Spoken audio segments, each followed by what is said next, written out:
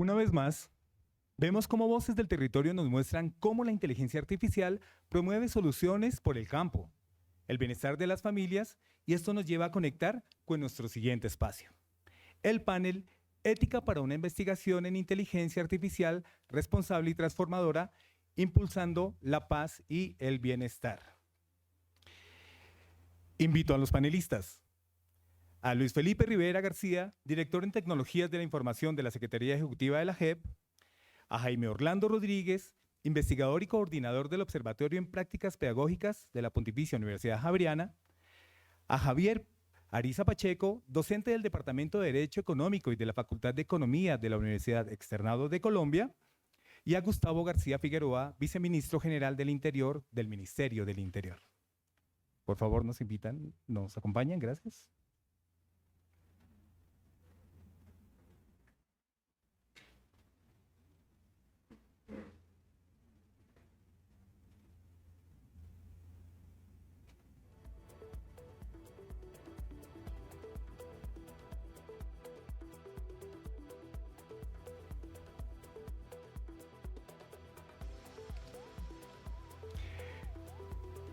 En este primer espacio, los panelistas conducirán el diálogo sobre consideraciones éticas en la investigación para la inteligencia artificial, impacto social, educación, regulación y políticas, entre otros.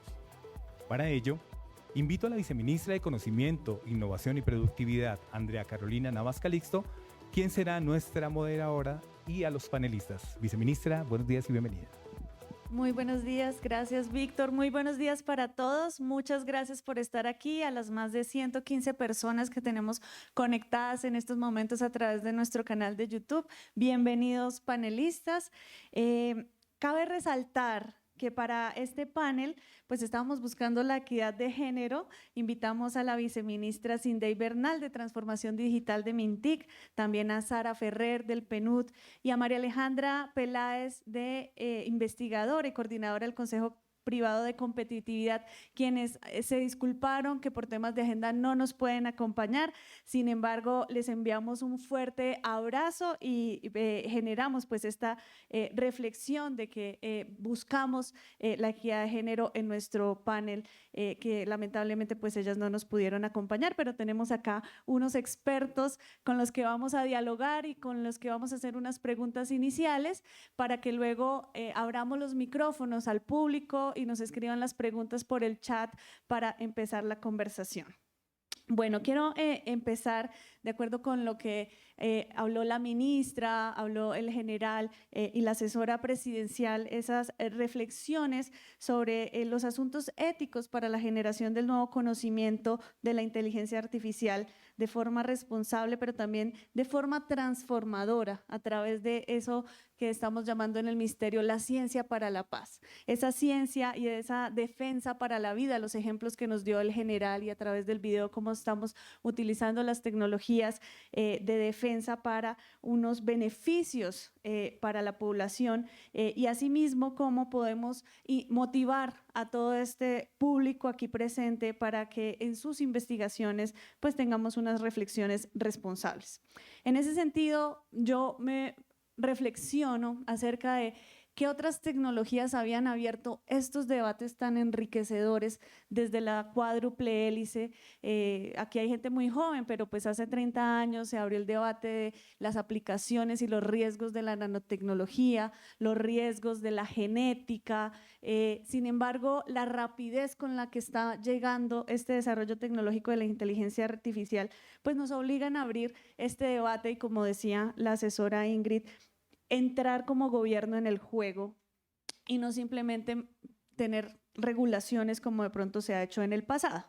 Y aquí los quiero invitar entonces para que exploremos y nos cuenten ustedes cómo abordar estos desafíos éticos para promover una investigación en inteligencia artificial que contribuya efectivamente a esa ciencia para la paz. Ya nuestros antecesores hablaron de algunos de estos desafíos como la toma de decisiones automatizada, la privacidad de los datos, los sesgos algorítmicos, el sentido de la verdad en el uso de esta inteligencia. Entonces, si quieren, le doy la palabra al vice que nos cuente pues desde su perspectiva, tanto su experiencia profesional como desde el ministerio que representa sobre pues cómo abordar estos desafíos éticos para la investigación. Bueno, querida viceministra, un gusto saludarte a ti, saludar a todos los compañeros y compañeras del panel, por supuesto también agradecerle la invitación a la ministra Yesenia y al rector Luis Fernando Múnera por darnos la oportunidad de tener este espacio tan importante aquí en la Universidad Javeriana. Lo primero que yo creo que hay que decir en esta discusión es que sin duda la inteligencia artificial está en un punto de desarrollo irreversible y que si Colombia se mete o no se mete en el desarrollo de este proceso, pues no va a suceder, no va a tener incidencia. El camino seguirá su curso, razón por la cual que se asuma desde el gobierno nacional, o como le decía la compañera de gobierno, que el gobierno también entre en la cancha a jugar en el tema de inteligencia artificial, no es optativo sino necesario. Ya el proceso de globalización económica, de globalización normativa, nos ha mostrado que la tendencia mundial de la integración humana es connatural a nuestro ser. Y en esa medida, todo lo que tiene que ver con tecnología, evidentemente, está convirtiendo una revolución y un cambio de era en el cual pues, Colombia no puede ni debe resistirse. En ese orden de ideas, la discusión sobre la capacidad transformadora de la inteligencia artificial, yo creo que ya no entra a discutir a si lo es o no, sino cómo hacerlo. Y es ahí donde me parece que se abre el debate más interesante de este foro, que es sobre el proceso ético del desarrollo de la inteligencia artificial. Cuando estaba leyendo un poco alguna literatura para poder preparar este panel, busqué la definición de ética. ¿Qué es la ética? Para entender cómo podemos bajarla o cómo podemos introducir este concepto al tema de inteligencia artificial. Y resulta que en todas las definiciones de ética se centra en la conducta humana y no en la conducta de la inteligencia artificial. Entonces, me puse a pensar cómo hacer para entender cuál es el parangón o el modelo que se debe entender por una ética aplicada a la inteligencia artificial. En la medida en que se puede hablar de ética cuando existe un ser humano que conoce lo que va a hacer y desea hacerlo. En los términos aristotélicos era la definición del acto humano, la coincidencia de la voluntad y el conocimiento de las circunstancias. Objetivo y subjetivo, es digamos un razonamiento complejo. Y cómo llegar a aplicar estos principios a la ética para entender que como conducta humana nosotros debemos proyectar este desarrollo a través de las diferentes complejidades, los sesgos logarítmicos, el manejo de datos, la calidad de la bias data en el desarrollo de la inteligencia artificial. Entonces yo creo que estamos ante un reto muy bonito y considero que como responsables de gobierno, como responsables del desarrollo de las políticas públicas, nos compete introducirnos en este mundo para poder aplicar los principios de las políticas públicas y del desarrollo, en este caso, que estamos nosotros como funcionarios del gobierno actual, defendiendo un programa puntual de gobierno. Eso sería como a manera de introducción. Gracias, viceministro. Entonces le doy la palabra al decano Jaime. Desde las ciencias sociales y entendiendo lo que dice el vice de que esto finalmente es un acto humano, ¿cómo ve usted entonces cómo abordar estos aspectos éticos? Bueno, muchas gracias y también muy complacido de participar en este foro y la invitación que ha hecho el ministerio. Yo fui decano ya hace un tiempo, ya largo. Actualmente soy básicamente un profesor retirado de la universidad que me mantiene una vinculación en un proyecto que tenemos del Observatorio de Prácticas Pedagógicas Emergentes. Yo coordino ese proyecto. Hemos hecho recientemente un evento, una actividad sobre inteligencia artificial, tratando de sondear un poco como la práctica, el saber, las expectativas, las inquietudes que hay en la universidad.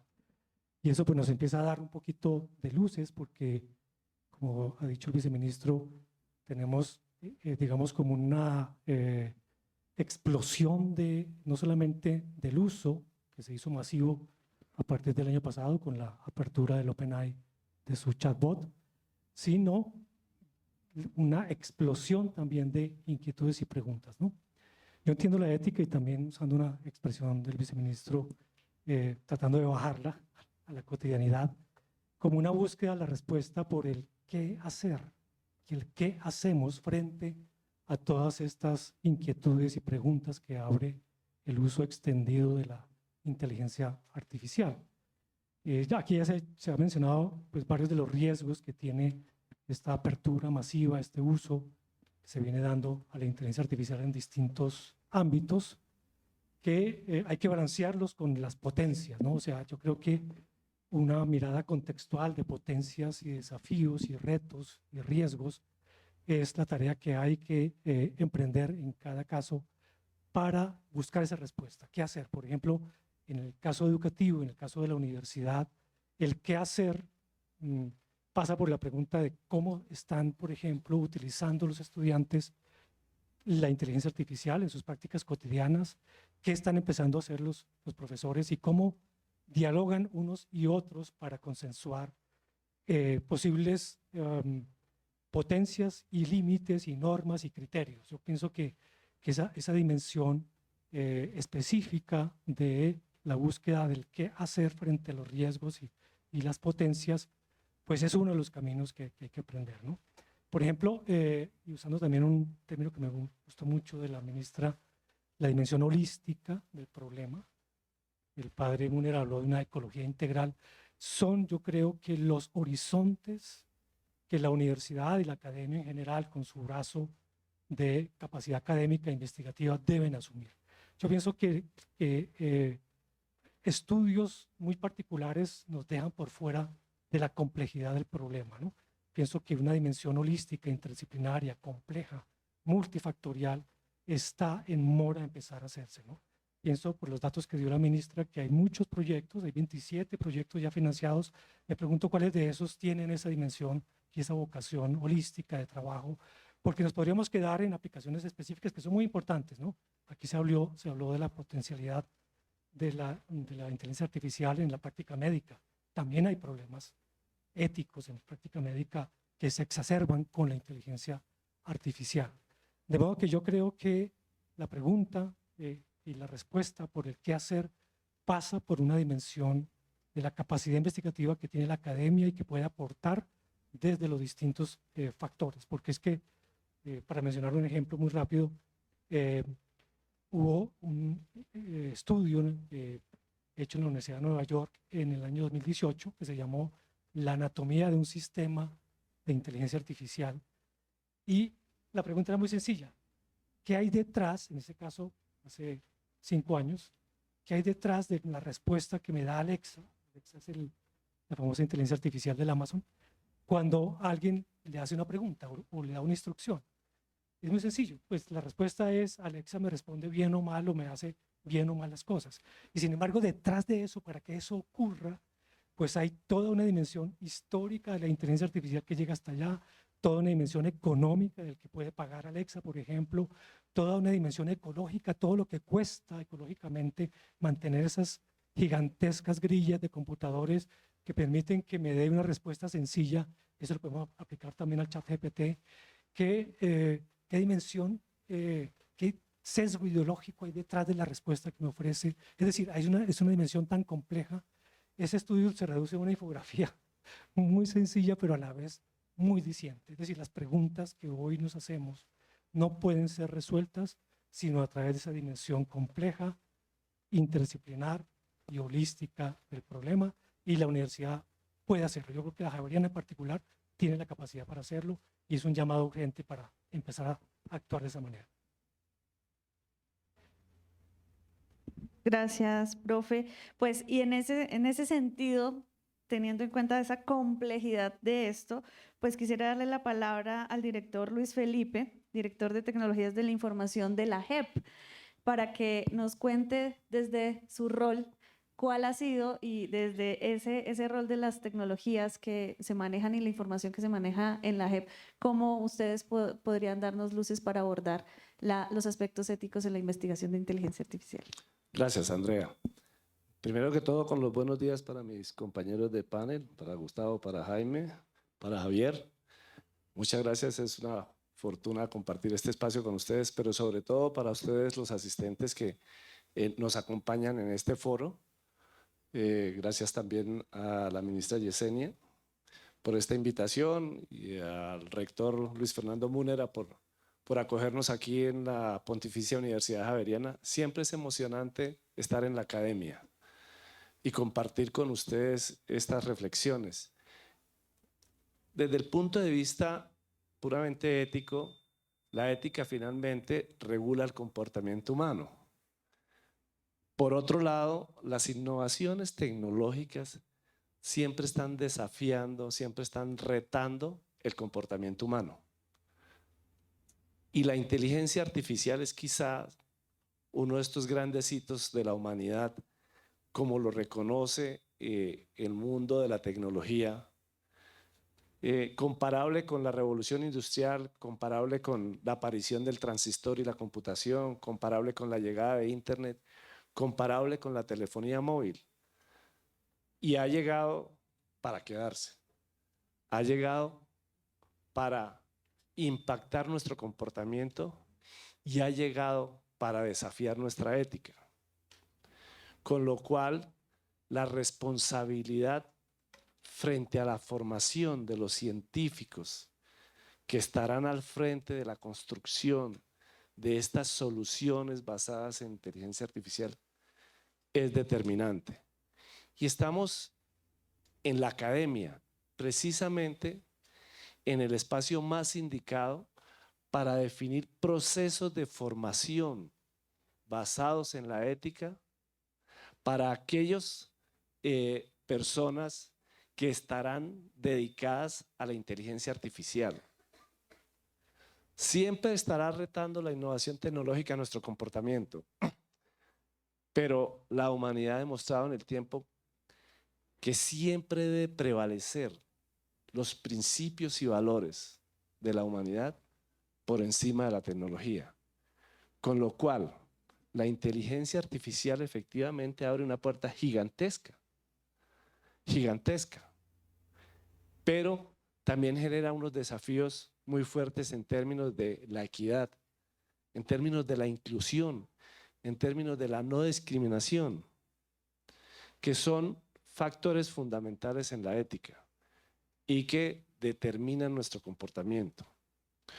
En mi opinión, quizá de los primeros pasos que hay que dar, y hay que hacerlo con mucha celeridad, es en la formación de los científicos que vienen trabajando y que trabajarán en el desarrollo de la inteligencia artificial.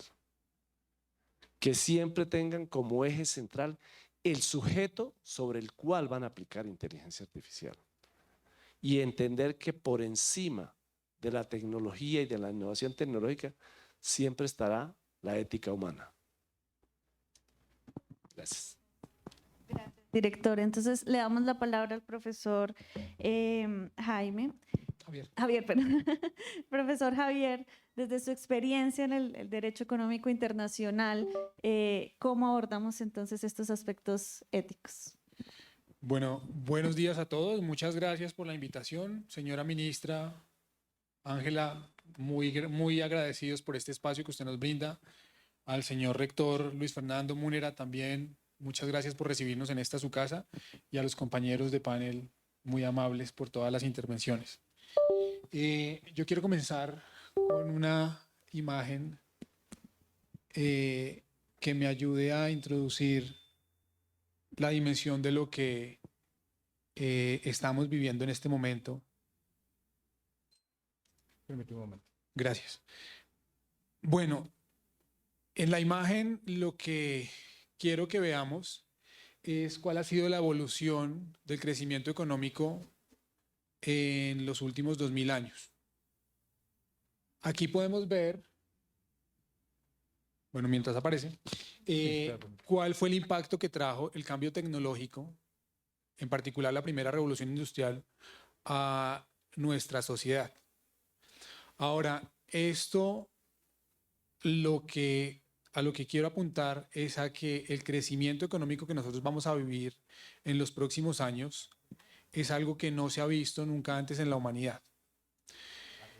Y desde luego la regulación, y también celebro que el viceministro de Interior esté acá porque son los encargados de gestionar. Muchísimas gracias. ¿Puedes pasar la otra, por favor?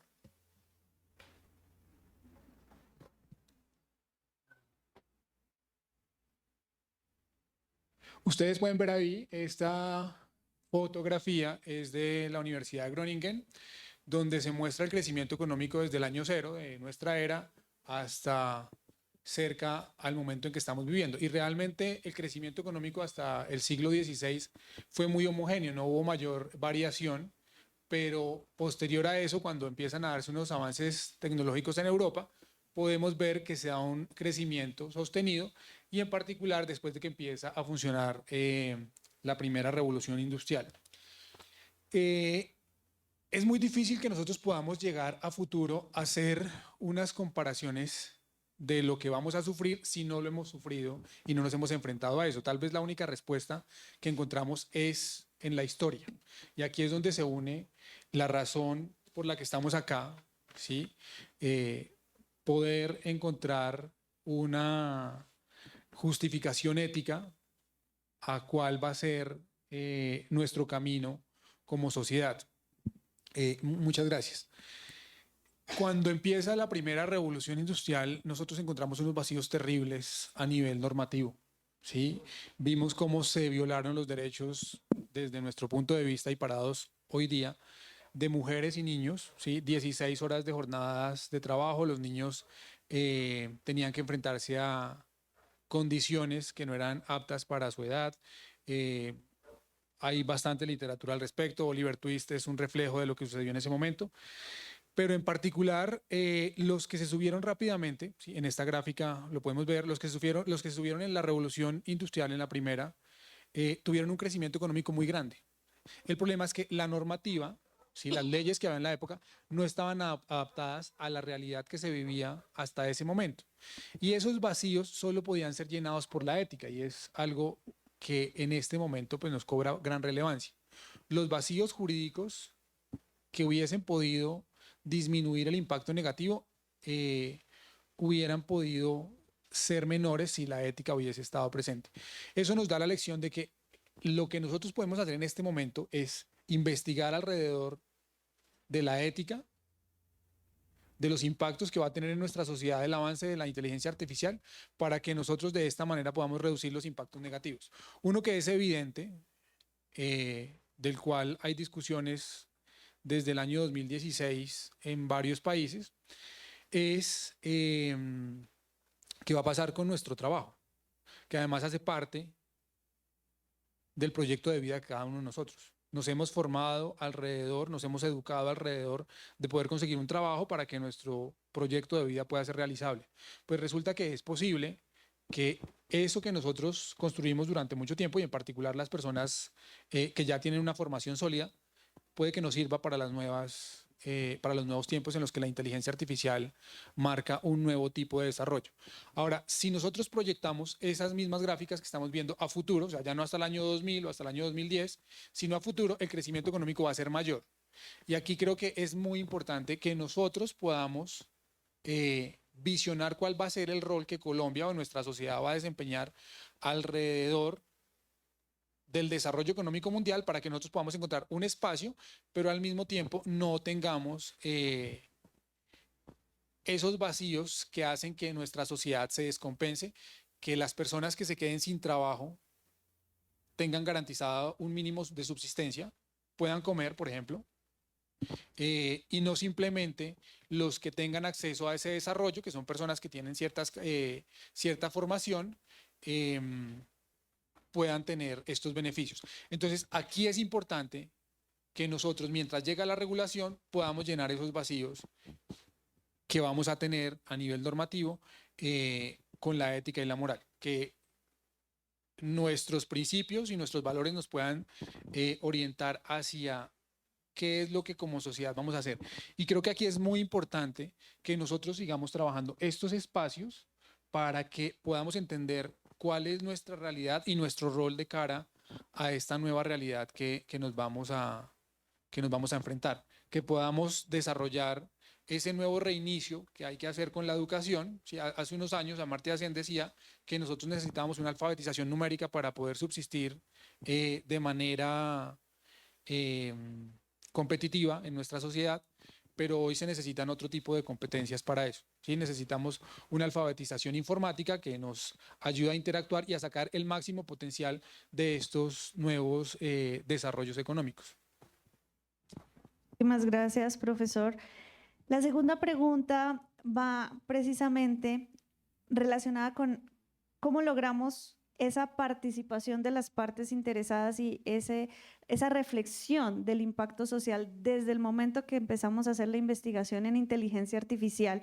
¿Y cuál sería, por qué es importante desde el momento que nos pensamos en generar ese nuevo conocimiento en inteligencia artificial, incluir una variedad de partes interesadas, ya sean los expertos, los científicos, los formuladores de política pública, la sociedad civil, precisamente para pensarnos en que esta tecnología no nos genere más brechas sociales o, como le decía el profe, ambientales también, de esos impactos? Entonces, viceministro, ¿cómo nos pensamos estas metodologías para incluir esta participación y este impacto social en la inteligencia artificial? Bueno, yo creo que ahí hay una pregunta muy interesante, porque no solamente en el ámbito del tema de la inteligencia artificial y de la tecnología, nosotros como gobierno nos hemos visto abocados a un reto, sino en general, desde todo el tema administrativo público de cómo hacer para que el gobierno del cambio signifique un cambio para el país. Y cuando uno, lo sabrán mis compañeros de gobierno, cuando uno llega a solucionar los problemas que encuentra en el día a día, todo termina en lo mismo que se ha hecho siempre, en las mesas de trabajo, en una comisión destacada para el abordaje integral del tema de manera interinstitucional que articule todas las instituciones, que al fin y al cabo es una reunión para ver qué hacemos todas las instituciones. Y yo creo que es ahí donde nosotros como gobierno hemos asumido una posición activa que está logrando de alguna manera sí poner un plus de transformación en el cambio, y es meterle la gente al cuento, meterle pueblo a las decisiones. Ahí yo creo que nosotros hemos podido encontrar un espacio de participación en que la gente, en las regiones especialmente, se ha visto abocada a decir, miren, la solución que yo quiero es esta.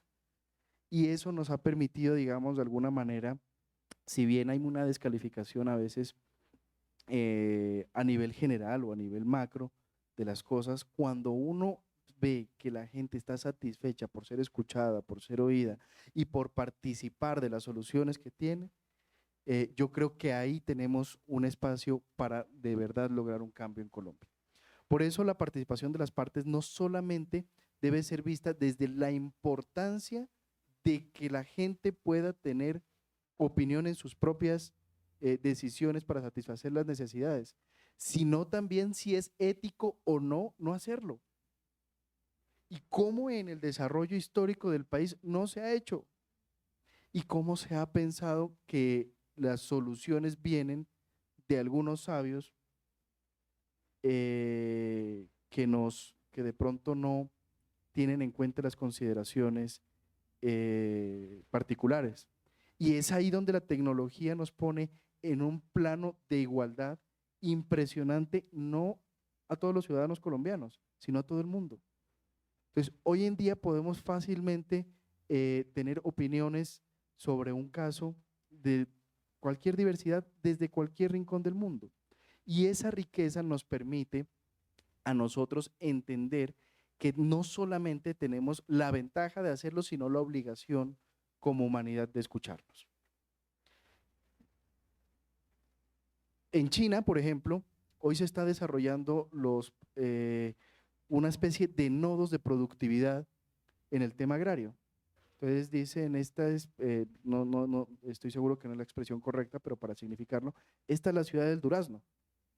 Y se pone toda una cadena productiva desarrollada a través de mecanismos tecnológicos y de inteligencia artificial dedicadas a la producción del durazno, que también está a su vez concatenada con un sistema nacional e internacional que asume todas las variables económicas para establecer que la producción de ese durazno va a tener una salida en unos mercados determinados. Y yo me pregunto, ¿no es indigno y no es antiético que en Colombia nos resistamos a utilizar la tecnología para poder desarrollar nuestro campo, para tener un campo digno? ¿Acaso no necesitamos que la información satelital, como nos hacía ver el coronel Córdoba, se tome y se recoja desde todos los puntos del país para mejorar la productividad, para darle una oportunidad a la gente que produzca, no solamente en el término de lo que ellos desean, sino también de lo que el Estado y la sociedad es capaz de garantizarles económicamente? ¿No es ese el proceso de la paz total que necesita Colombia, el reemplazo de las economías ilegales por economías legales, pero productivas? Entonces yo creo que ahí abrimos un debate en que necesitamos de la gente para poder construir la inteligencia artificial, con una diferencia histórica, que hoy la tecnología nos da los mecanismos para asumirla, para receptar, digamos, esa información y poderla traducir. Entonces yo sí creo que ahí hay un espacio en que nosotros tenemos que construir, no solamente con expertos, no solamente con sabios, sino entender que es la gente la que debe acercar ese conocimiento hacia nosotros como Estado, y nosotros tenemos la obligación de atenderlo. Gracias, viceministro. Profesor Jaime, con esto que dice el viceministro y cómo la gente de pronto está incluso asustada de cómo la inteligencia artificial empieza a abarcar los temas de educación, empleo, seguridad, salud, ¿cómo entonces hacemos estos mecanismos de participación de las partes interesadas y esa reflexión del impacto social de la inteligencia artificial? Muchas gracias, sí. A mí me parece que una de las dimensiones que trae, pues siempre lo ha dicho Javier en sus gráficas, estas innovaciones tecnológicas es la aparición de brechas o brechas que se exacerban en términos, por ejemplo, de acceso, en términos de conocimiento de la innovación. Y esa se resiente más en lo que podríamos llamar, y lo ha dicho el viceministro, la gente, digamos, la sociedad civil, en el sentido de que posiblemente en la universidad y en la academia haya más facilidades para conocer y para anticipar y de alguna manera investigar, digamos, los efectos de la innovación tecnológica y posiblemente la voluntad institucional y la gobernanza, digamos, tengan también esa capacidad de recoger, como por ejemplo puede ser en este escenario, todas las inquietudes y posibilidades y necesidades que aparecen, pero cómo hacer llegar y cómo hacer que participen realmente la sociedad civil en las decisiones, ¿no? Siento que, por ejemplo, y ahí sí peco por ignorante, no sé qué tanto en el Ministerio de Ciencia y Tecnología los proyectos del tipo CTS, el famoso Movimiento Español de Ciencia, Tecnología y Sociedad, tengan un papel, tengan un protagonismo, porque allí aparece una solución que ha sido ensayada, trabajada, incluso hay una variante que es ciencia, tecnología y cultura, es decir, mecanismos en los cuales con una buena información, con una buena divulgación, con una buena convocatoria a la sociedad civil, a los distintos actores de la sociedad civil, es posible recoger entonces estas inquietudes, estos a veces sesgos que también tiene la percepción de la innovación en la gente y poder recuperarlos. Yo pienso que, por ejemplo, para también un pequeño dato, en la sesión de la semana pasada aquí en la universidad hicimos un ejercicio de prototipar un mapa de prácticas, ¿sí? Claro, estaba enfocado a las prácticas de profesores, a las prácticas de estudiantes, pero un poco la idea es generar respuestas a la pregunta, ¿qué uso de la inteligencia, primero, si uso o no la inteligencia artificial, qué uso, cómo lo uso, para qué lo uso, por qué lo uso? Y esas preguntas no deben ser solamente para el profesor o para el estudiante o para el investigador o lo que sea, sino para todo el mundo. Porque la primera pregunta puede ser, y nos puede sorprender el mapa, yo no uso, no sé, no tengo ni idea. Y ahí sale una tarea que es posiblemente generar estrategias de divulgación, pero no basta con la divulgación. La CTS, Ciencia, Tecnología y Sociedad, no es solamente divulgación de la tecnología y de la ciencia, es justamente participar en las decisiones que tienen que ver con lo que trae la tecnología y la ciencia para el impacto social y en las comunidades. Ese es un aspecto. Hay una experta que ha trabajado mucho el tema de ética en inteligencia artificial, Ruman Chorduri, que ha dicho básicamente, ha establecido roles, ¿no? Roles que se tienen que articular, pero también roles y responsabilidades muy específicas, ¿no? Por ejemplo, quienes desarrollan estas tecnologías, quienes además la aplican y quienes las convierten en negocio, tienen que, de alguna manera, claro, a la espera de regulaciones, pero con motu propio, hacer una rendición de cuentas, ¿sí? Tienen que exponer públicamente hasta dónde va su alcance, hasta dónde va su negocio, hasta dónde va su impacto y poder, de alguna manera, generar entonces una reacción, digamos, en la sociedad civil. Lo mismo el gobierno, ¿no? Lo mismo las universidades. Hay que hacer, digamos, una articulación de esa rendición de cuentas, pero también, y ella promueve una cosa muy interesante, y es un activismo de la sociedad social, es decir, una solicitud de acciones concretas que, por ejemplo, tú mencionabas ahora el miedo a la pérdida de empleos. En educación, es un miedo que tenemos de hace tiempos, el miedo a que el profesor quede sustituido por las máquinas, el miedo a que el estudiante pase derechos sin esfuerzos. Todo ese tipo de inquietudes que se vinculan otra vez con la ética tienen que de alguna manera ponerse sobre la mesa. El estado del saber, ¿no? ¿Qué sé y cómo sé de la inteligencia artificial?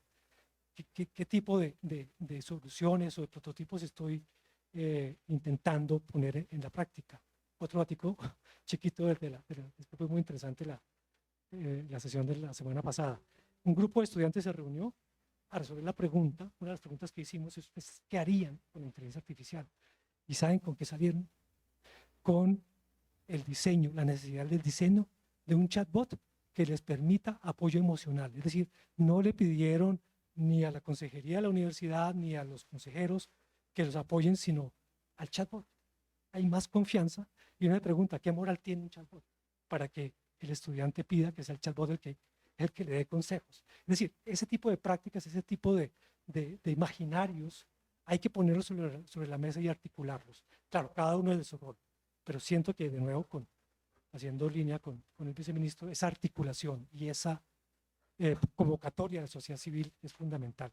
Y si no, quedamos haciendo normas de paracaídas, ¿no? Caen sin saber cómo. Profe, pues le respondo un poco sobre los mecanismos que MinCiencias ya tiene en estos momentos relacionados con la participación de las partes. Pues por primera vez logramos y el viceministro con la ministra se trasnocharon llegando a consensos con las comunidades indígenas, con las comunidades negras, afrocolombianas, raizales y palenqueras, donde se llegó por primera vez a un consenso de hacer proyectos de ciencia, tecnología e innovación para las comunidades, con las comunidades y con las tecnologías que ellos así lo deseen. Entonces, se está trabajando en esa inclusión también desde los mecanismos y en esa participación activa de la sociedad civil. Director, ¿cómo ve entonces ustedes qué otras metodologías de participación e inclusión social podemos pensarnos? Muchas gracias. Inclusión es uno de los temas fundamentales que la innovación tecnológica, particularmente la inteligencia artificial, debe promover y debe apoyar y fortalecer. Porque quizás uno de los niveladores más grandes que tiene la humanidad es precisamente la tecnología, que no distingue entre diferentes actores de la sociedad. Es un nivelador importantísimo. Pero para mirar este tema es importante marcar la cancha, el ecosistema que integra la inteligencia artificial, como todos los temas tecnológicos. Ecosistema integrado por fabricantes, proveedores, desarrolladores, sobre todo ahora la fuerza que tienen los emprendimientos en tecnología y las startups, que precisamente por esa definición intrínseca de la velocidad a la que van, es muy tentador pasar por alto la ética para lograr resultados muy rápidos, porque es parte precisamente de su concepción. Las startups, a diferencia de las corporaciones o de las medianas o grandes empresas, van muy rápido y ese es el factor crítico de éxito para ellos, porque hoy en día una startup de un emprendedor se puede enfrentar muy rápidamente a una gran corporación. Obviamente, queda sobre la mesa el tema de la ética. Esto desde el lado de este ecosistema integrado por el proveedor, el fabricante. Del otro lado están los usuarios o los consumidores, que siempre, como lo acabas de mencionar tú, Jaime, con el tema de el chatbox para apoyo emocional, siempre están ávidos de consumo y las generaciones que vienen detrás de nosotros y las futuras generaciones serán mucho más hábiles en el uso de la tecnología, pero sobre todo serán más ávidas del consumo de la misma. La línea lo muestra en el tiempo. Nosotros quizás somos esa generación sándwich que venimos de la era análoga y tenemos que enfrentar esta velocidad con que va la era digital. Pero nuestros hijos, los hijos de nuestros hijos, son 100% digitales y seguro que muy rápidamente pasarán de ser digitales a ser cuánticos, que es hacia donde va la tecnología. Y posiblemente con la computación cuántica incluso se pueda explicar el surgimiento de la humanidad, el surgimiento de la vida en el planeta con la computación cuántica, pero con bases científicas. Se cree que se va a poder explicar. Entonces, esto que se viene en este ecosistema donde están los fabricantes, están los usuarios o consumidores, hay un elemento fundamental para la ética de toda innovación tecnológica, pero sobre todo para la inteligencia artificial. El marco regulatorio es fundamental. Si bien es cierto que la historia en el desarrollo de la tecnología ha mostrado y ha confirmado que la tecnología siempre va adelante de la regulación, también es cierto que hay países que han reaccionado mucho más rápido que otros en términos de los marcos regulatorios, que eviten estas distorsiones y estos desafíos y estos retos que imponen las nuevas tecnologías. Y claramente nosotros identificamos países que reaccionan rápidamente y es el sueño nuestro que Colombia pueda reaccionar rápidamente a este marco regulatorio para poder terminar de marcar la cancha. Porque la inteligencia artificial funciona con una cancha demarcada. Funciona con un universo de información, funciona con un robot de inteligencia artificial y funciona con un usuario que pregunta y ella contesta.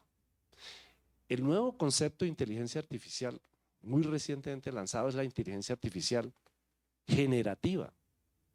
Hoy en día está desplegándose el concepto de inteligencia artificial ya hace varios años y sencillamente consulta un universo de información y entrega un resultado. La inteligencia artificial generativa se diferencia de la actual que consulta ese universo de información y genera su propio contenido. Y uno de los riesgos más altos que ya se han evidenciado con casos reales en los países donde la inteligencia artificial ha avanzado fuertemente, como Estados Unidos, son el concepto de las alucinaciones. La inteligencia artificial ya mostró que alucina y te genera una respuesta que no es correcta, que no tiene sustento técnico ni científico. Con lo cual nuestra responsabilidad como usuarios frente a esas respuestas de la inteligencia artificial es muy alta, porque no podemos asumir. Yo le pregunto a Alexa, le pregunto a Siri, le pregunto a ChatGPT algo y me responden un contenido. Hay que ser críticos respecto a ese contenido que me responden, porque perfectamente puede ser una alucinación. Acaba de suceder en Estados Unidos, un abogado se va a un juicio entregándole, haciéndole toda la sustentación a ChatGPT y ChatGPT le entregó el contenido. Cuando se enfrenta en el juicio, ya en el tribunal, resulta y sale que todos los artículos y las leyes jurídicas que referenció ChatGPT no existían. Era una alucinación. Claramente perdió el caso, pero la experiencia, más allá de la pérdida del caso, es la experiencia que genera frente al resto de la humanidad basarnos en esto. Por ejemplo, un chatbox no tiene moral. ¿Qué va a contestar? ¿Cuál es su ideología? ¿Cuál va a ser la orientación que le va a dar? Siempre hay que tener ojo crítico sobre esto. Y algo que la inteligencia artificial genera como un riesgo altísimo es, la robótica puso en riesgo aquellas labores manuales.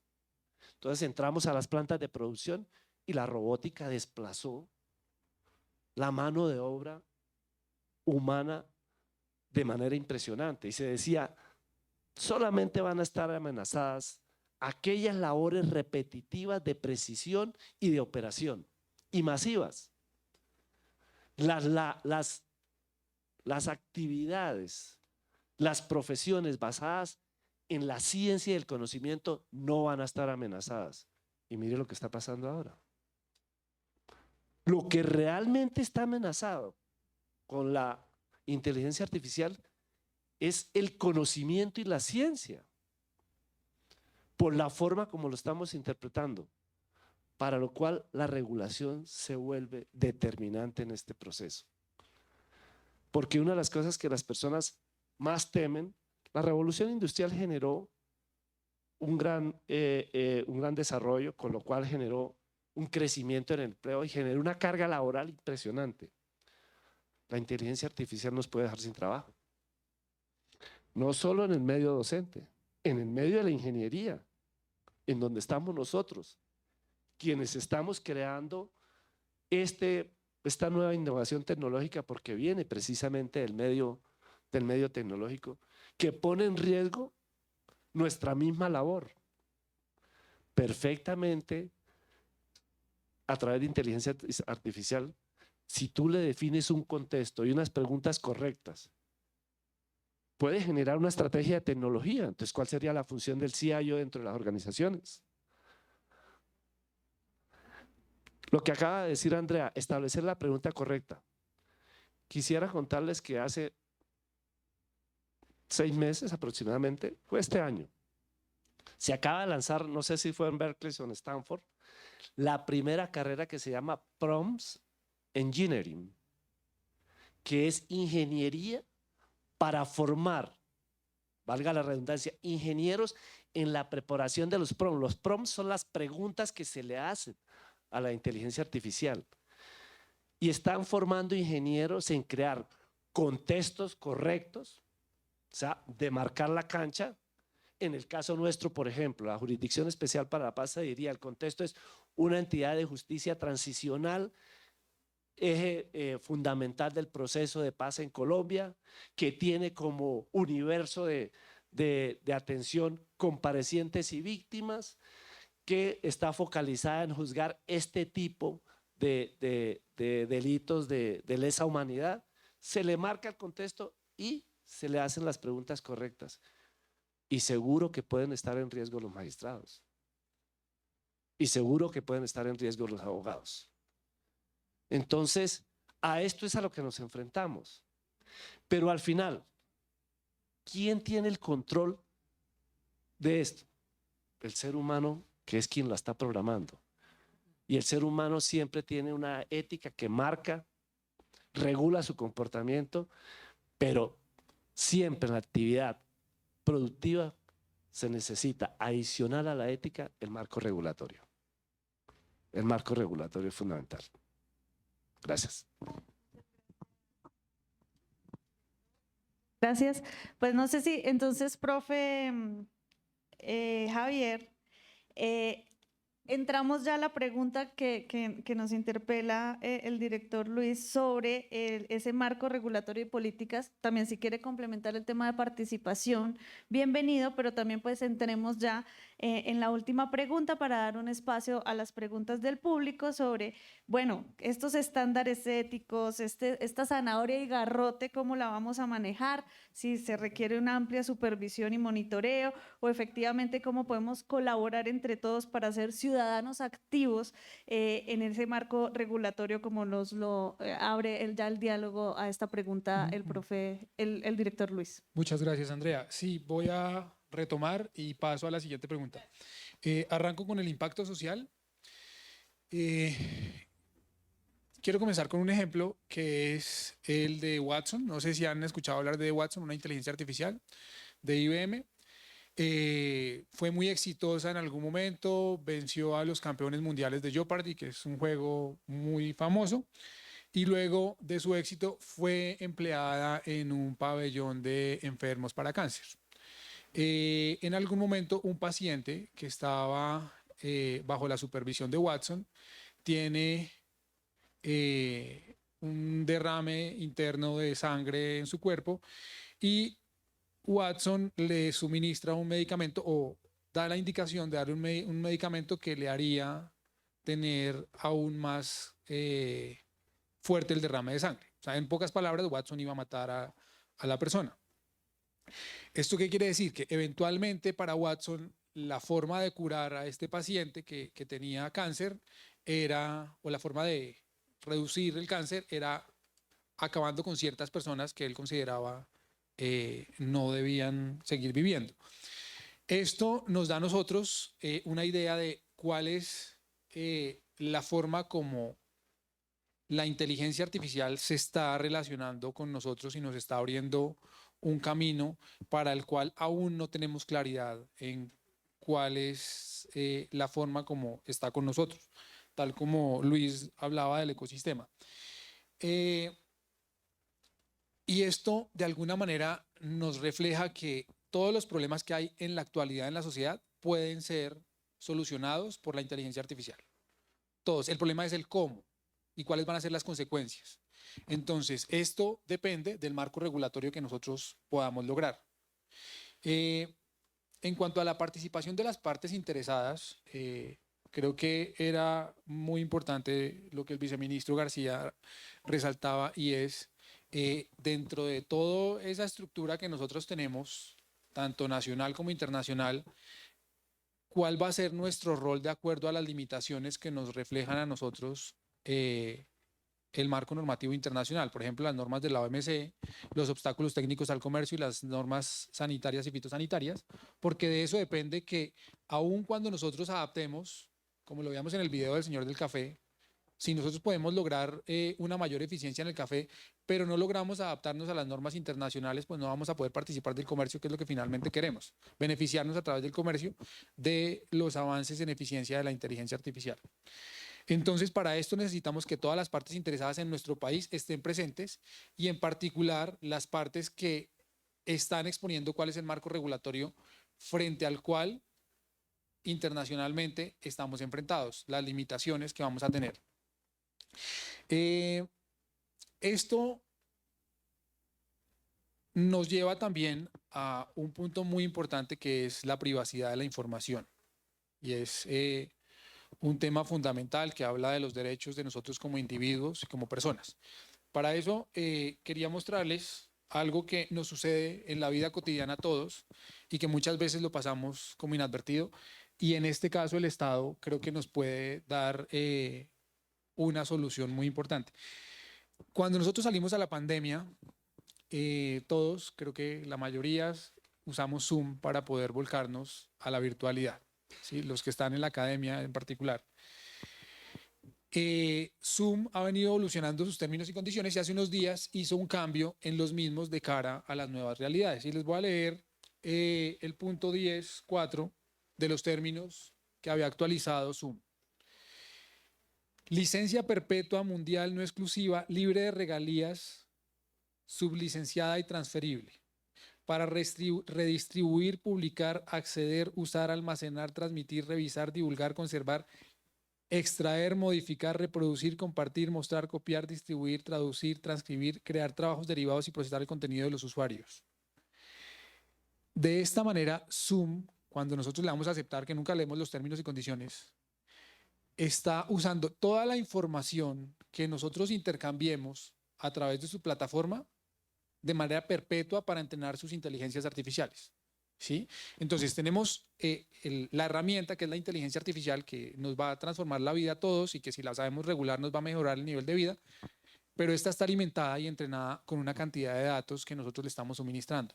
Pero muchas veces estos datos no sabemos cuál va a ser el manejo que van a tener. Si estos datos, por ir más allá, los fundadores de Google en el año 98 consideraban que la información que se iba a suministrar en las búsquedas no debía estar supeditada a lo que los vendedores, los anunciantes, querían ofrecer. Mejor dicho, que mi búsqueda en Google no debía estar intermediada porque de pronto me ofrecieron algo que alguien está interesado en venderme. 3 años después ellos cambiaban de opinión y creaban AdWords de forma tal que empezaban a vender la información que yo estaba buscando al mejor postor. Entonces, ¿hasta qué punto esa información que está en internet de mí, las búsquedas, incluso la información que todos los días manejamos a través de nuestros dispositivos electrónicos, desde que nos levantamos, si dormimos, si no dormimos, si nos levantamos y hablamos con alguien o no, se le puede vender al mejor postor? Ahora, en este momento se hace, ¿sí? Google le vende, si ustedes muchas veces van a buscar un producto, Google les dice, este es quien le ofrece su producto. Pero ¿qué tal esos productos se vendan a personas o a terceros que no tienen buenas intenciones? ¿Sí? ¿Qué tal que esa transacción pueda ser abierta a cualquier individuo, independientemente de las consideraciones éticas que haya ahí? Entonces, estamos ante una cadena muy importante que nos va a transformar la vida, que queremos que la transforme de manera positiva, pero que tiene unos vacíos gigantescos, y en particular, cuando hablamos de la privacidad, podemos estar ante situaciones que ni siquiera nos podemos imaginar. Voy a cerrar con un ejemplo, y es, nosotros tenemos una información genética, y tecnologías como por ejemplo CRISPR-Cas9 nos permiten a nosotros tener una vida futura, incluso por nuestros hijos, libre de enfermedades. ¿Sí? No sabemos los efectos secundarios, pero a medida que avance la investigación lo sabremos. Pero aparentemente nos va a quitar todas las enfermedades. Resulta que yo puedo disponer de mi información, porque hace parte de mi órbita privada, y la puedo vender. ¿Sí? Se la puedo suministrar, por ejemplo, a una compañía, a una empresa farmacéutica, a una empresa de salud, y esta empresa va a usar esta información. Mi hermano, por ejemplo, él puede pensar diferente y decir, yo no quiero compartir mi información, pero resulta que esta información es compartida con un tercero que se llama compañía de seguros. Y la compañía de seguros se da cuenta que yo tengo una enfermedad genética. Puede que no se haya activado, pero tengo una enfermedad genética.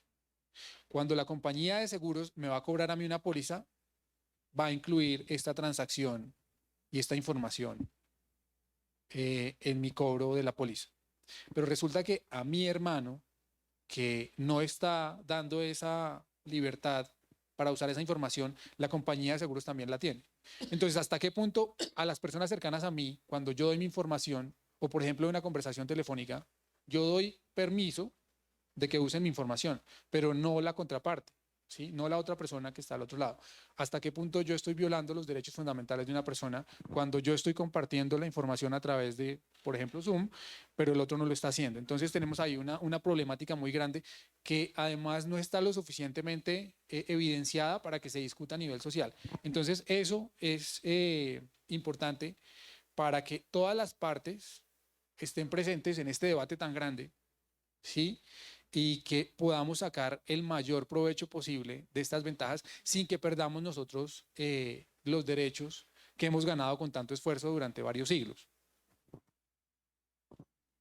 Gracias, profe. Entonces le voy a dar la palabra al vice y hacemos así la última ronda de esta pregunta de la regulación y las políticas y esa pues oportunidad que tenemos para colaborar gobiernos, industria, sociedad civil para desarrollar estas políticas efectivas que aborden estos desafíos éticos en la investigación de la inteligencia artificial. ¿Cómo ve entonces, vice, el tema del marco regulatorio? Sí, en el tema de marco regulatorio encontramos aquí que en mayo de este año los países del G7 se comprometieron a acelerar la regulación internacional de la inteligencia artificial. Y en mayo del 2023 la Unión Europea y Google también acordaron hacer un pacto por la inteligencia artificial. En general, yo creo que hay una preocupación mundial por este tema. Sin embargo, ¿hasta qué punto esa regulación puede ser efectiva siempre y cuando no exista una autorregulación?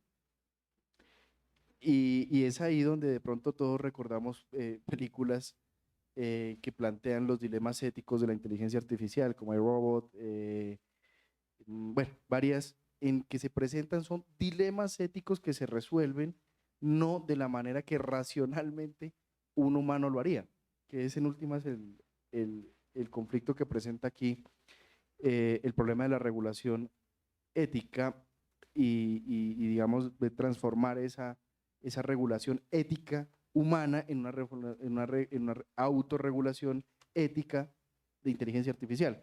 Es decir, ahí yo creo que hay un conflicto bastante difícil de resolver, pero también eso parte de una concepción de que a veces una transformación tiene una connotación mucho más amplia de la que realmente nosotros podemos entender. Porque lo que nos decía nuestro compañero ingeniero, por ejemplo, es muy inteligente. ¿Cómo así que van a reemplazar entonces incluso los razonamientos que se establecen en el marco subjetivo y objetivo de una norma y que permiten incluso llegar a reemplazar un ejercicio educado y entrenado como es el raciocinio de un magistrado? Eso es una cosa muy compleja. Ahora, si un nivel de exigencia intelectual tan alto puede ser reemplazado por la inteligencia artificial, pues mucho menos qué puede pasar con los temas de los trabajos un poco más operativos, digamos. Con mucha razón está la preocupación por el tema del desempleo o de la transformación de la educación. ¿Hasta qué punto pasamos de una sociedad en la cual la acumulación del conocimiento en la persona era algo rescatable hacia una sociedad en la cual la persona no necesita acumular conocimiento porque lo tiene muy fácil al alcance de su mano, sino desarrollar habilidades, skills que le permitan utilizar ese conocimiento de una mejor manera? Y yo creo que ahí también hay que abrir un poco la pregunta, ¿hacia dónde nos está llevando esta gran transformación? Porque si nos va a hacer perder los empleos, eso quiere decir que nosotros ya no tenemos como humanos la preocupación o la vocación de ser empleados. Eso quiere decir que entonces nos vuelve la vista ya no hacia lo que nosotros conocemos como aspiraciones normales de una vida, sino a los principios morales, psicológicos y racionales del ser humano. Es decir, cuando nosotros entendemos cuál es la finalidad del ser humano, se habla de la felicidad, del bien, del bien común, y entonces esa felicidad, ese bien y ese bien común deben ser entendidos ya no de la manera que venía desarrollándose, que es tener un trabajo, tener una familia, tener una vida, sino estar en un ambiente mucho más controlado, que es un poquito, yo no sé quiénes vieron de la película Wall-E. Cuando vemos a Wall-E, las personas completamente absortas en un sistema de entretenimiento que ahora es su felicidad, y que a veces yo a veces lo he pensado cuando estoy viendo TikTok y que yo digo, yo veo media hora viendo aquí pendejadas y digo, y me siento, y me imagino ya como el gordito ahí. Pero eso es realmente el problema que estamos teniendo. Esto implica que estamos transformando ya los principios naturales, morales y aspiracionales del ser humano, y entonces, ¿cómo eso podemos regularlo? Porque, para ser francos, regular es una cosa y controlar es otra, muy distinta. Entonces, ¿hasta qué punto, digamos, la concentración de lo que debemos hacer no es en establecer un sistema normativo completo, internacional, nacional, regional y de autorregulación, sino concentrarnos de pronto en hacia dónde podemos orientar ese bien que la comunidad necesita desde lo propio de la autorregulación, y que no nos suceda lo que pasa precisamente con el ejemplo que nos daban en el tema médico, o que es el ejemplo de la mayoría de películas que hablan del tema de información artificial, ¿no? Que hay una reinterpretación de las normas que eran muy claras y que terminan siendo perjudiciales para la humanidad. Digamos, ese es el dilema. Muchas gracias, viceministro. Profesor Jaime, ¿qué opina? Usted que es experto en cultura contemporánea. Sí. Bueno, yo, digamos, quiero dar dos ideas. Una, arrancar con la idea de que existe un entramado complejo, pero interdependiente, entre la autorregulación, la regulación institucional y la regulación política, digamos. Poniendo un ejemplo concreto en el ámbito educativo, en el salón de clases, a falta de regulación institucional, y yo digo con certeza que no existe en los reglamentos de la Universidad Javeriana el tema inteligencia artificial. No existe. Seguramente va a existir o se puede derivar de lo que ya está allí, pero eso obliga a que en la clase el profesor y el estudiante autorregulen el uso, acuerden protocolos, acuerden dispositivos por ejemplo, de identificación de riesgos y demás, ¿no? Si tuviéramos una regulación institucional, eso, digamos, habría una orientación para esa autorregulación y habría también unos límites de libertad para ella. Pero a su vez, la institución, en este caso concreto la Javeriana, tendría en el mundo ideal de esas interdependencias una regulación política o gubernamental, que también le pone límites, que también le da orientaciones. Ese juego en el mundo ideal sería el que debería ya estar funcionando para el caso de la inteligencia artificial. Voy a leer aquí un parrafito de un artículo que me gustó mucho, tiene como título Conocer para regular, conocer para regular. No deberíamos, dice el autor, no deberíamos esperar para regular estos sistemas, hablando de la inteligencia artificial, hasta que se hayan vuelto locos, hasta que ya alucinen completamente. Pero los reguladores tampoco deberían reaccionar de forma exagerada ante el alarmismo de la inteligencia artificial en la prensa, o sea, llegar hasta el control y no la regulación. Las regulaciones deben centrarse primero en la divulgación del monitoreo actual, mejores prácticas, monitoreo, me parece que el mapeo me parece importantísimo. De esa manera, las empresas, los reguladores y los guardianes del interés público pueden aprender juntos cómo funcionan estos sistemas, cuál es la mejor manera de administrarlos y cuáles podrían ser realmente los riesgos sistémicos. Creo que es un llamado muy sensato al tema. Yo pienso que conocer, pero también un tema que no he podido desarrollar acá, es reconocer. Algo mencionó el viceministro al comienzo. ¿Y qué quiere decir reconocer? La inteligencia artificial, como los sistemas tecnológicos en general y específicamente en lo digital, son considerados desde el punto de vista de lo posthumano como sistemas de vidas emergentes, vidas artificiales emergentes. En el manifiesto poshumanista se dice, por ejemplo, las máquinas complejas son una forma de vida emergente Una máquina compleja es una máquina cuyos funcionamientos no podemos entender a cabalidad. Así como las computadoras se desarrollan para parecerse más a los humanos se desarrollan para parecerse más a sus computadoras. Y si podemos pensar, y ahí va en línea con lo de Luis Felipe, si podemos pensar sobre las máquinas, entonces las máquinas pueden pensar. Si podemos pensar en máquinas que piensan, entonces las máquinas pueden pensar en nosotros. Y esto lleva a la idea de hasta dónde reconocer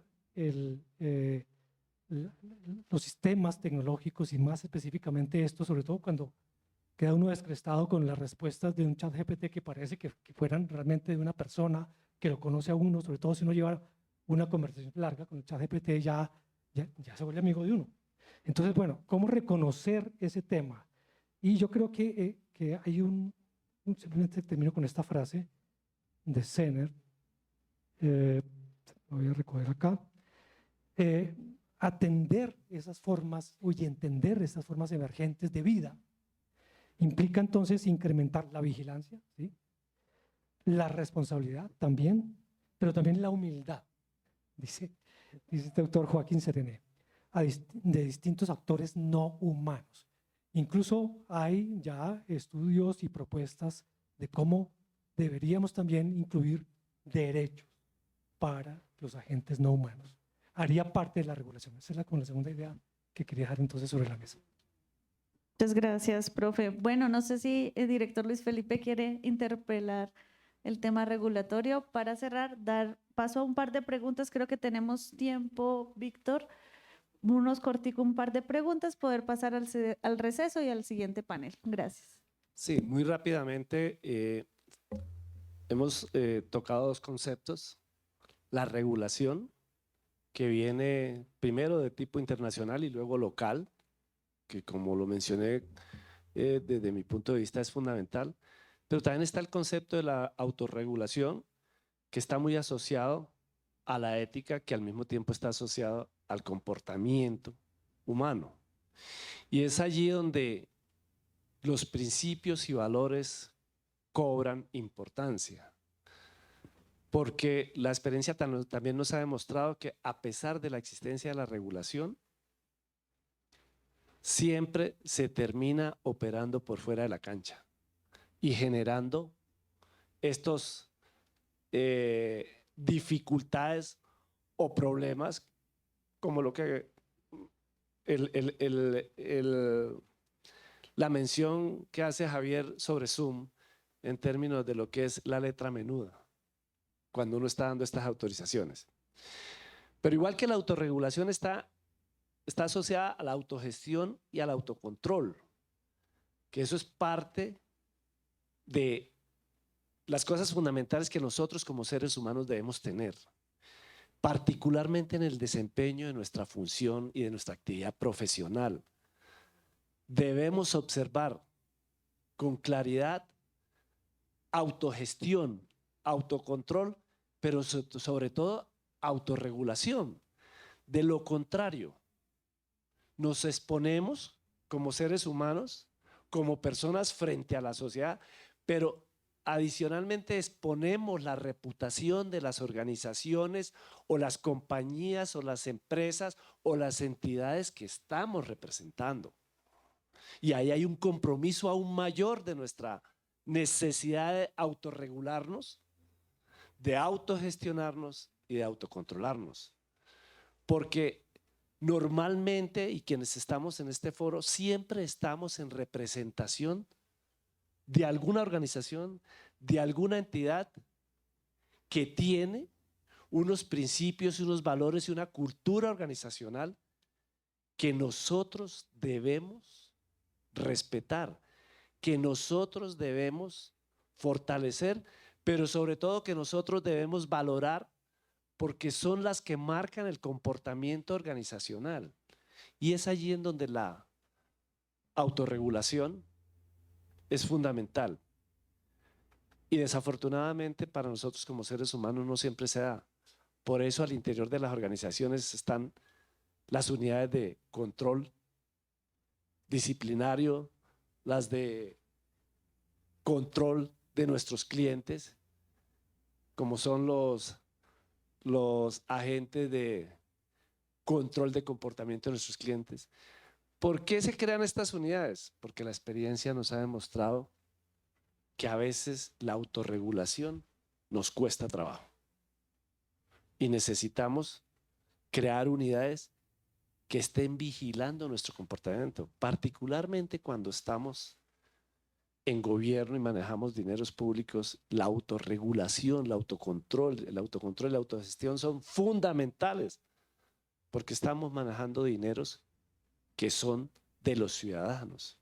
Estamos manejando políticas que son que afectan a los ciudadanos. Estamos manejando administraciones que impactan directamente al ciudadano. Y es ahí en donde la autorregulación es fundamental.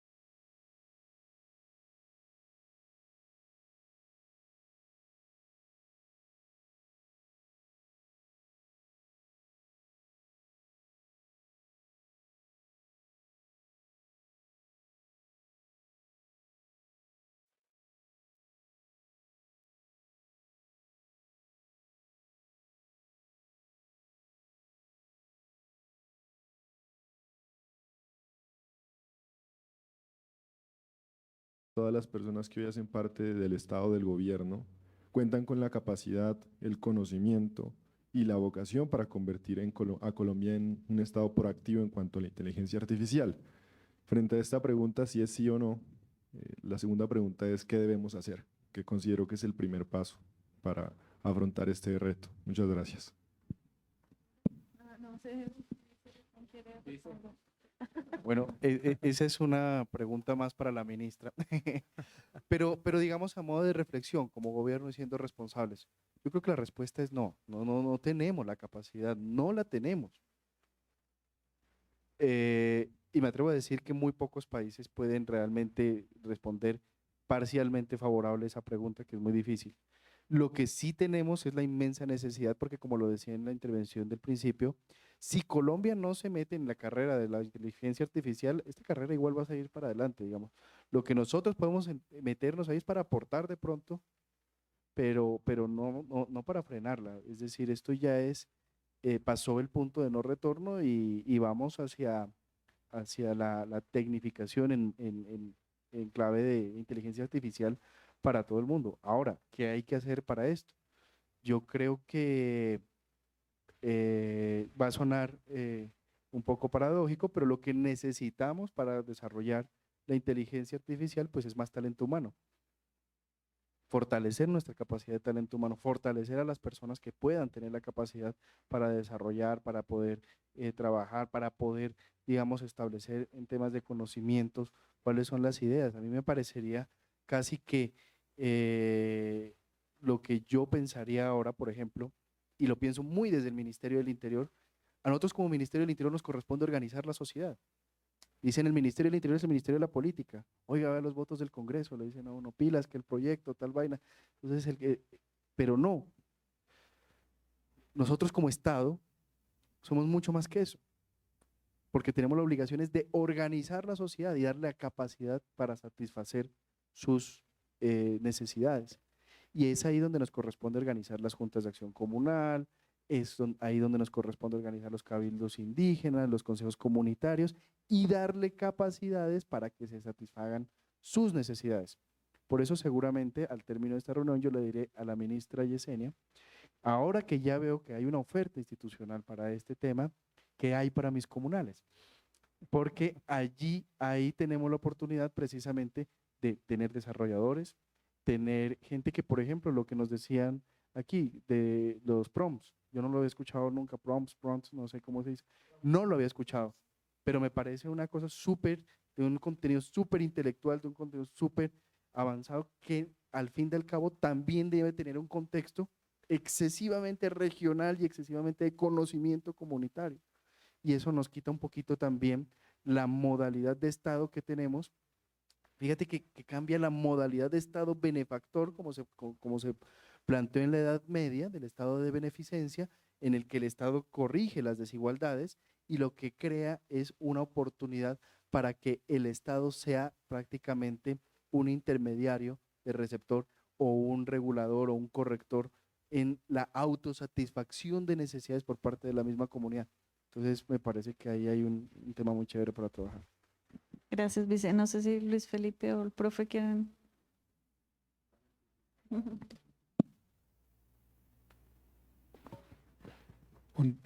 Listo. Para responder la pregunta, estoy convencido que no estamos en capacidad. Y no solamente nosotros como país, sino en general el mundo no está institucionalmente en capacidad de enfrentar la velocidad tecnológica en la que se está llevando a cabo este desarrollo. Y para eso precisamente creo que la ética puede ser nuestra salvación. Stephen Hawking en el 2014 afirmaba que si nosotros ya desarrollábamos una inteligencia artificial completa, iba a ser el final de la raza humana. Y creo que a eso le haría falta una parte y es si no regulamos, ¿sí? En la medida en que regulemos vamos a poder enfrentar eso. Ahora, en la misma línea de lo que afirmaba el viceministro, creo que debemos atraer y formar capital humano que esté en capacidad de empezar a explorar. Esto es un tema de explorar e ir tanteando hacia dónde se está moviendo la sociedad. Sam Altman, el director de ChatGPT, de OpenAI, perdón, que es la empresa dueña de ChatGPT, afirmaba hace unos días que la nueva moneda que ellos iban a impulsar era a través de un orbe, no sé si conocen qué es un orbe, pero pues que iban a escanear el ojo y eso, o sea, las personas que hicieran parte de eso iban a tener un ingreso mínimo de subsistencia. Era una cifra muy pequeñita en dólares, pero ya se está hablando de que quien permita que le escaneen el ojo a través de un orbe va a tener eso. Entonces, tal vez también nuestras instituciones van a cambiar, la estructura de nuestra sociedad va a cambiar profundamente. Eventualmente puede que ya no tengamos en el futuro la estructura que tenemos hoy en el Ejecutivo, las 3 ramas del poder público, etcétera, etcétera, sino algo un poco diferente. En el mismo sentido decía Elon Musk que Twitter, pues lo que conocíamos como Twitter, iba a ser una gran entidad financiera que iba a manejar la mitad del dinero del mundo. Entonces, ten en cuenta como lo que nosotros creemos que es hoy día que tenemos que regular, tal vez no vaya a existir en el futuro porque las instituciones futuras van a ser muy diferentes y son las que van a controlar a nosotros como sociedad, ¿sí? Y tal vez para cerrar un poco el tema de la regulación, podemos nosotros adherirnos a 3 polos de desarrollo. Uno es el chino, que es excesivamente controlador, precisamente a lo que hacías referencia de regular o controlar. Entonces, el chino la República China está por el lado del control ciudadano y de las empresas, en particular las empresas extranjeras. Por otro lado está el polo de desarrollo de regulación de Estados Unidos, que busca que el sector privado sea quien avance y luego de que esté avanzando se regula. Y por el otro lado el más garantista, que es el europeo, ¿sí? Entonces nosotros podríamos mirar cuál es el que más nos conviene a nosotros como sociedad de acuerdo al modelo de desarrollo que nosotros querramos. Gracias, profe. La siguiente pregunta. ¿Alguna otra? Y No hay. cerramos y vamos ya al... ¿No?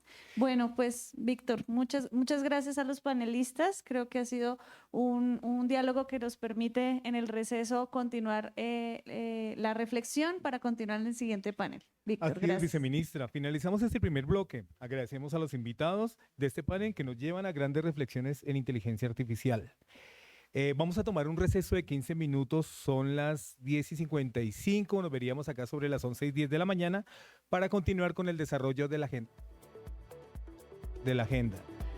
Quienes nos siguen en vivo por las redes sociales de MinCiencias y a través de la Fuerza Aeroespacial Colombiana, los invitamos. Nos vamos a quedar no se desconecten, vamos a quedar con unos videos sobre los programas que lidera el Ministerio de Ciencias, Tecnología e Innovación en todo el país, que podrán ver en la transmisión. Entonces tenemos un receso. Gracias.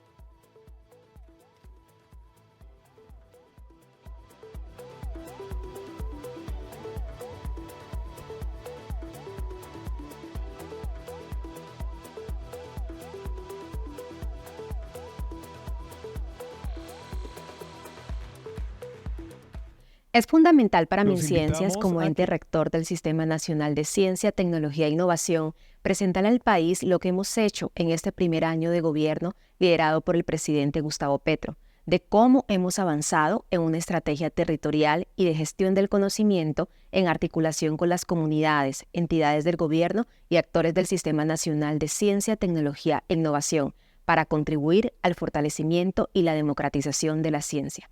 Estoy convencida del papel fundamental de la ciencia para la reducción de las desigualdades sociales y de su aporte en la construcción de condiciones que permitan alcanzar la paz total. En estos 365 días del Gobierno del Cambio, desde MinCiencia hemos liderado estrategias que contribuyen a las grandes transformaciones del país en materia del derecho humano a la alimentación, soberanía sanitaria, transición energética, bioeconomía, ciencia para la paz, vocaciones científicas y formación de alto nivel. Y hemos articulado esfuerzos para focalizar y aportar soluciones a las problemáticas sociales, económicas y ambientales de las regiones de Colombia de la mano de nuestros científicos y científicas. Nos complace también anunciar el fortalecimiento de la cooperación internacional en materia científica, en la que destacamos la cooperación técnica entre MinCiencias y la NASA para el desarrollo de iniciativas geoespaciales y el diseño de un programa de pasantías de científicos colombianos y la NASA para trabajar en el monitoreo satelital dirigido a detener la deforestación en la Amazonía. Con estas acciones, MinCiencias contribuye a convertir a Colombia en una potencia mundial de la vida. Es fundamental para MinCiencias, como ente rector del Sistema Nacional de Ciencia, Tecnología e Innovación, presentar al país lo que hemos hecho en este primer año de gobierno liderado por el presidente Gustavo Petro, de cómo hemos avanzado en una estrategia territorial y de gestión del conocimiento en articulación con las comunidades, entidades del gobierno y actores del Sistema Nacional de Ciencia, Tecnología e Innovación para contribuir al fortalecimiento y la democratización de la ciencia. Estoy convencida del papel fundamental de la ciencia para la reducción de las desigualdades sociales y de su aporte en la construcción de condiciones que permitan alcanzar la paz total. En estos 365 días del Gobierno del Cambio, desde MinCiencia hemos liderado estrategias que contribuyen a las grandes transformaciones del país en materia del derecho humano a la alimentación, soberanía sanitaria, transición energética, bioeconomía, ciencia para la paz, vocaciones científicas y formación de alto nivel. Y hemos articulado esfuerzos para focalizar y aportar soluciones a las problemáticas sociales, económicas y ambientales de las regiones de Colombia de la mano de nuestros científicos y científicas. Nos complace también anunciar el fortalecimiento de la cooperación internacional en materia científica, en la que destacamos la cooperación técnica entre MinCiencias y la NASA para el desarrollo de iniciativas geoespaciales y el diseño de un programa de pasantías de científicos colombianos y la NASA para trabajar en el monitoreo satelital dirigido a detener la deforestación en la Amazonía. Con estas acciones, MinCiencias contribuye a convertir a Colombia en una potencia mundial de la vida. El Plan Bienal de Convocatorias es la principal herramienta y fuente de inversión de recursos en materia de ciencia, tecnología e innovación que permite a los territorios incrementar sus capacidades científicas y tecnológicas, mejorar su infraestructura de ciencia, tecnología e innovación, hacer a las empresas más competitivas a través de la innovación, realizar inversiones para el desarrollo sostenible, aportar a la solución de las problemáticas sociales y territoriales. Para este año, el país cuenta con una asignación de más de 2.9 billones de pesos, la mayor inversión en ciencia y tecnología proveniente de los recursos del Sistema General de Regalías. Esta inversión será para resolver problemáticas territoriales enmarcadas en 6 retos estratégicos para el país: la conservación y uso de la biodiversidad y sus bienes ecosistémicos, movilizar la ciencia para garantizar la soberanía alimentaria y el derecho a la alimentación, utilizar la ciencia para la transición energética, fomentar a través de la ciencia la seguridad sanitaria, la salud y el bienestar de la población en el territorio nacional, poner la ciencia al servicio de la paz para poner fin a todas las formas de violencia en Colombia y utilizar la ciencia para asegurar la convergencia regional y mejorar el ordenamiento territorial. Para la materialización de estos retos, este plan bienal desarrollará al menos 11 convocatorias que abordan temáticas como vocación científicas en niños, niñas y adolescentes, medio ambiente, formación de alto nivel, ciencias básicas, macroproyectos nacionales y regionales para la solución de problemáticas comunes en los territorios. Los invitamos a participar de estas convocatorias y a consultar el documento del Plan Bienal a través de la página web del Ministerio de Ciencia, Tecnología e Innovación, www.minciencias.gov.co. Colombia, potencia de la vida. Es fundamental para MinCiencias, como ente rector del Sistema Nacional de Ciencia, Tecnología e Innovación, presentar al país lo que hemos hecho en este primer año de gobierno liderado por el presidente Gustavo Petro, de cómo hemos avanzado en una estrategia territorial y de gestión del conocimiento en articulación con las comunidades, entidades del gobierno y actores del Sistema Nacional de Ciencia, Tecnología e Innovación para contribuir al fortalecimiento y la democratización de la ciencia. Estoy convencida del papel fundamental de la ciencia para la reducción de las desigualdades sociales y de su aporte en la construcción de condiciones que permitan alcanzar la paz total. En estos 365 días del Gobierno del Cambio, desde MinCiencia hemos liderado estrategias que contribuyen a las grandes transformaciones del país en materia del derecho humano a la alimentación, soberanía sanitaria, transición energética, bioeconomía, ciencia para la paz, vocaciones científicas y formación de alto nivel. Y hemos articulado esfuerzos para focalizar y aportar soluciones a las problemáticas sociales, económicas y ambientales de las regiones de Colombia, de la mano de nuestros científicos y científicas. Nos complace también anunciar el fortalecimiento de la cooperación internacional en materia científica, en la que destacamos la cooperación técnica entre MinCiencias y la NASA para el desarrollo de iniciativas geoespaciales y el diseño de un programa de pasantías de científicos colombianos y la NASA para trabajar en el monitoreo satelital dirigido a detener la deforestación en la Amazonía. Con estas acciones, MinCiencias contribuye a convertir a Colombia en una potencia mundial de la vida. El Plan Bienal de Convocatorias es la principal herramienta y fuente de inversión de recursos en materia de ciencia, tecnología e innovación que permite a los territorios incrementar sus capacidades científicas y tecnológicas, mejorar su infraestructura de ciencia, tecnología e innovación, hacer a las empresas más competitivas a través de la innovación, realizar inversiones para el desarrollo sostenible, aportar a la solución de las problemáticas sociales y territoriales. Para este año, el país cuenta con una asignación de más de 2.9 billones de pesos, la mayor inversión en ciencia y tecnología proveniente de los recursos del Sistema General de Regalías. Esta inversión será para resolver problemáticas territoriales enmarcadas en 6 retos estratégicos para el país: la conservación y uso de la biodiversidad y sus bienes ecosistémicos, movilizar la ciencia para garantizar la soberanía alimentaria y el derecho a la alimentación, utilizar la ciencia para la transición energética, fomentar a través de la ciencia la seguridad sanitaria, la salud y el bienestar de la población en el territorio nacional, poner la ciencia al servicio de la paz para poner fin a todas las formas de violencia en Colombia y utilizar la ciencia para asegurar la convergencia regional y mejorar el ordenamiento territorial.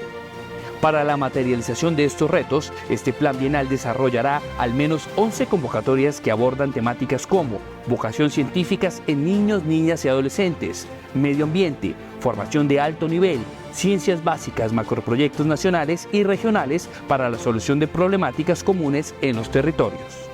Los invitamos a participar de estas convocatorias y a consultar el documento del Plan Bienal a través de la página web del Ministerio de Ciencia, Tecnología e Innovación, www.minciencias.gov.co. Colombia, potencia de la vida. Es fundamental para MinCiencias, como ente rector del Sistema Nacional de Ciencia, Tecnología e Innovación, presentar al país lo que hemos hecho en este primer año de gobierno liderado por el presidente Gustavo Petro, de cómo hemos avanzado en una estrategia territorial y de gestión del conocimiento en articulación con las comunidades, entidades del gobierno y actores del Sistema Nacional de Ciencia, Tecnología e Innovación para contribuir al fortalecimiento y la democratización de la ciencia. Estoy convencida del papel fundamental de la ciencia para la reducción de las desigualdades sociales y de su aporte en la construcción de condiciones que permitan alcanzar la paz total.